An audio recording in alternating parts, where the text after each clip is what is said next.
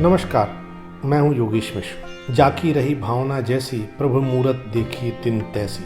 अगर आज आप भगवान राम की अयोध्या में प्रवेश करते हैं तो आपको सबसे पहले यही बोर्ड दिखाई देगा। वर्तमान का यह कथन अतीत का बोध भी है, बोध का अतीत भी। अयोध्या के नाम में राम का नाम अंतर्निहित है। राम मतलब हर हिंदू धर्म के लोगों के रग रग में बसने वाले भगवान।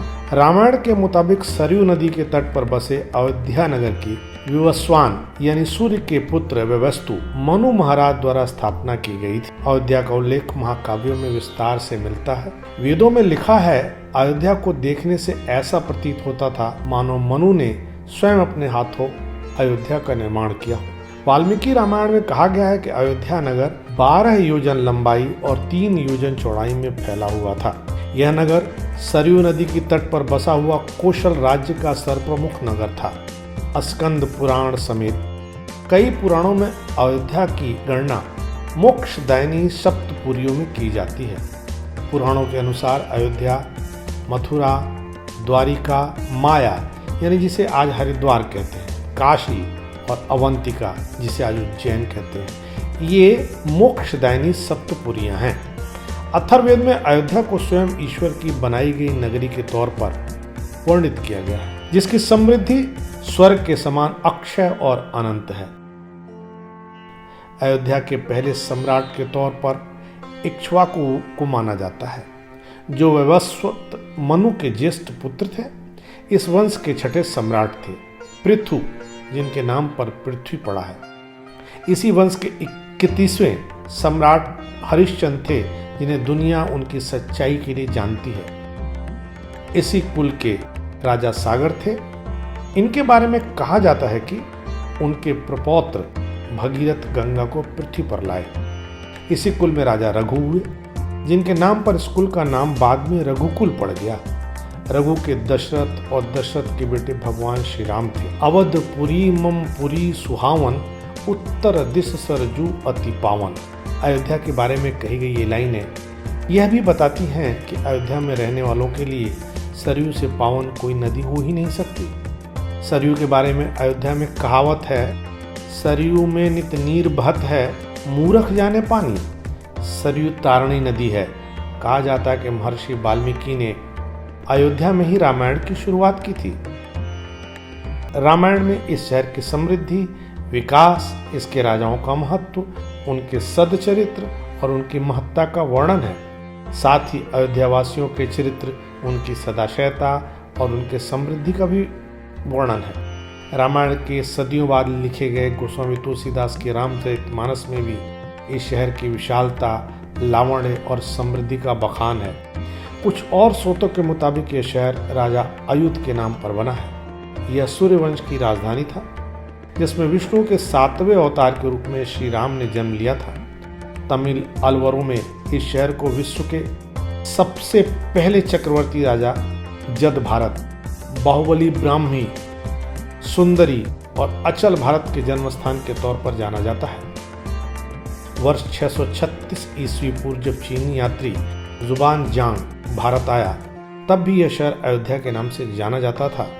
7वीं सदी के इस चीनी यात्री ने उल्लेख किया है कि अयोध्या एक छोटी सी जगह थी। कहा तो जाता है कि थाईलैंड का अयोध्या या अयोध्या और इंडोनेशिया का योग्याकार्ता शहर के नाम अयोध्या से ही पड़े हैं। थाईलैंड व इंडोनेशिया के लोग इन शहरों को भगवान राम की जन्मस्थली मानते हैं। साउथ कोरिया का भी अयोध्या से कनेक्शन है। कोरिया के सबसे बड़े राजवंश की राजकुमारी हे ओ हांग ओके अयोध्या की थी, जो समुद्र के रास्ते कोरिया गई थी। वहाँ कोरिया के कारा राजवंश के सम्राट किम सूरो से विवाह किया था। बहुत से बौद्ध साहित्य में अयोध्या को साकेत के नाम से बुलाया गया है। पाणिनि द्वारा रचित अष्टाध्यायी और पतंजलि द्वारा रचित ग्रंथों में भी साकेत का जिक्र है। माना जाता है कि साकेत अयोध्या का ही दूसरा नाम था, जिसे बाद में कुषाण राजा कनिष्क ने अपने पूर्वी क्षेत्र की राजधानी बना दिया। इस शहर को कुछ ग्रंथों में फॉक्सियान के नाम से जाना जाता है। ये ग्रंथ चीनी और जापानी भाषा में 5वीं शताब्दी की शुरुआत में लिखे गए। ऐतिहासिक तौर पर यह एक विकसित शहर के तौर पर ईसा पूर्व 6ठी शताब्दी से ही जाना जाता है। यह समय बुद्ध का था। उस समय राजा पसेनदी थे, जिनका संस्कृत नाम प्रसन्नजीत है। राजा की राजधानी श्रावस्ती होती थी। उनके कार्यकाल में अयोध्या की प्रसिद्धि और समृद्धि बरकरार रही। यही वजह थी कि 190 ईसा पूर्व में इस शहर को बैक्ट्रियन ग्रीक योद्धाओं ने जीतने की कोशिश की। मौर्य और शुंग वंश के बाद अयोध्या का राजा देव और दत्त वंश का होने लगा। अयोध्या में मिले एक शिलालेख के मुताबिक वहाँ के राजा का नाम धनदेव था, जो खुद को पुष्यमित्र शुंग की पीढ़ी का छठा सम्राट बताता था। गुप्त काल में अयोध्या अपने राजनीतिक महत्व के चरम पर थी। चीनी यात्री फासेन जब 5वीं सदी में भारत आए, तब फासेन ने अयोध्या का वर्णन करते हुए शहर का नाम शाची लिखा है। स्कंदगुप्त ने राजधानी को पाटलिपुत्र से अयोध्या स्थानांतरित कर दिया था। नरसिंह गुप्त के समय में पूरे राज्य पर हुणों का आक्रमण हुआ। 6वीं शताब्दी में उत्तर भारत के राजनीतिक केंद्र के तौर पर अयोध्या की जगह कन्नौज ने ले ली। 7वीं शताब्दी में अयोध्या आए चीनी यात्री वेनसांग ने अपने वर्णन में अयोध्या के बारे में विस्तार से लिखा है। अयोध्या को फिर से पूरे देश में एक बार तीर्थ के रूप में स्थापित करने का श्रेय गुरु रामानंद जी को जाता है, जिन्होंने वैष्णव मत की पुनर्स्थापना के लिए 15वीं शताब्दी में काम किया। अयोध्या हिंदुओं के लिए मोक्षदायिनी है, तो जैन धर्मावलंबियों के लिए भी अनंत, अविनाशी और सनातन है। एक परवर्ती जैन लेखक हेमचंद ने नगर का क्षेत्रफल 12x9 योजन बताया है। अयोध्या में कम्बोजीय अश्व व शक्तिशाली हाथी थे। उस समय इसे कौशल देश कहा जाता था। अयोध्या में भगवान राम के अलावा 5 जैन तीर्थंकरों आदिनाथ, ऋषभानंद, अजीतानंद, अनंतानाथ, अभिनंदनाथ का भी जन्म हुआ। इसलिए अयोध्या जैन समाज के लिए भी तीर्थ स्थल है। अयोध्या में भगवान महावीर जैन तथा भगवान बुद्ध ने भी बहुत समय बिताया था। जैन धर्म के 9वें तीर्थंकर पुष्पदंत या सुविधिनाथ का जन्म भी अयोध्या में हुआ, ऐसा कहा जाता है। जैन मतों के अनुसार वह अरहिंत हो गए, वह सभी कर्मों से मुक्त हो गए थे। अयोध्या बौद्ध धर्म का भी बहुत बड़ा केंद्र रहा। मौर्य काल और गुप्त वंश के शासन में यहाँ बौद्ध मंदिर, मठ और स्मारक बनाए गए। यह माना जाता है कि बुद्ध स्वयं यहाँ कई बार आए, हालांकि इसका कोई लिखित प्रमाण अब उपलब्ध नहीं है। चीनी बौद्ध भिक्षु फाहियान ने यहाँ के बौद्ध मठों के बारे में लिखा है। गुप्त काल में तो अयोध्या पूरे राज्य के व्यापार का सबसे उन्नत केंद्र बन गई थी। बौद्ध धर्मावलंबियों का मानना है कि अयोध्या में स्थित कसौटी स्तंभ सारनाथ और वाराणसी के बौद्ध विहारों से मेल खाता है।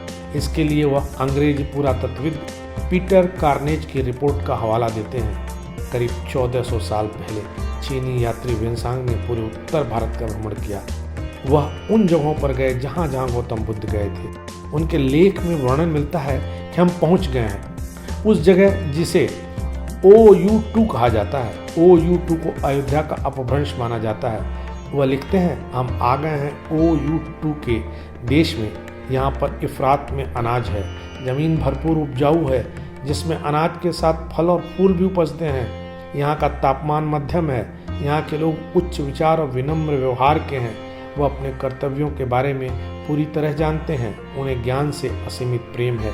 हैरत की बात यह है कि अयोध्या के छोटे बड़े विहारों में 3000 से ज़्यादा हीनयान और महायान मतावलंबी के रहने का विवरण भी है, और यहाँ पर दोनों मतावलंबी बहुत ही सौहार्द से रहते रहे हैं, जबकि बाकी दुनिया में दोनों के बीच गंभीर मतभेद है। अयोध्या के सौहार्द से सीख लेने का विवरण भी कई पुस्तकों में मिलता है। लेखक बलवंत सिंह चारवाक की पुस्तक में उल्लेख है कि शूद्र संत लोमश और ऋषिपुत्र शंभुक ने भी अयोध्या को ही अपनी तपस्थली बनाया था।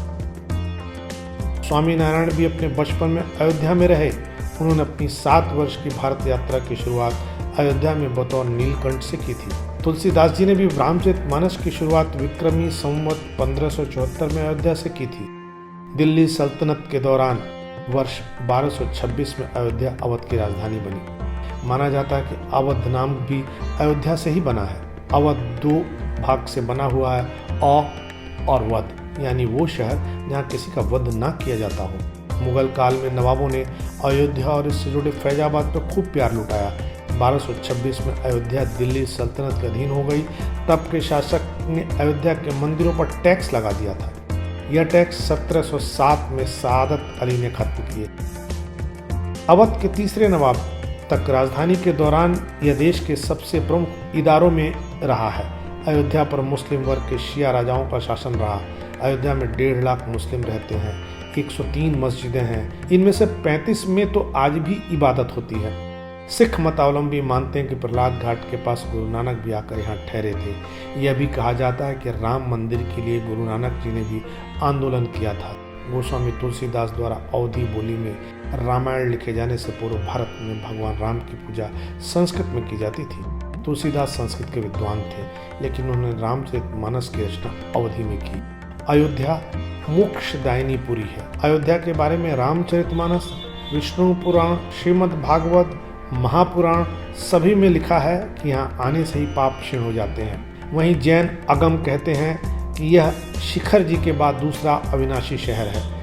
काल इसका कुछ नहीं बिगाड़ सकता। यानी हर धर्म, हर कालखंड में अयोध्या अविनाशी, अखंड, अविजित, मोक्षदायिनी, समृद्धिपूर्ण रही है। तभी तो कहा जाता है कि गंगा बड़ी गोदावरी, तीर्थ बड़े प्रयाग, सबसे बड़ी अयोध्या जहाँ राम लीन अवतार। इस बार इतना ही, अगली बार फिर मिलेंगे। नमस्कार।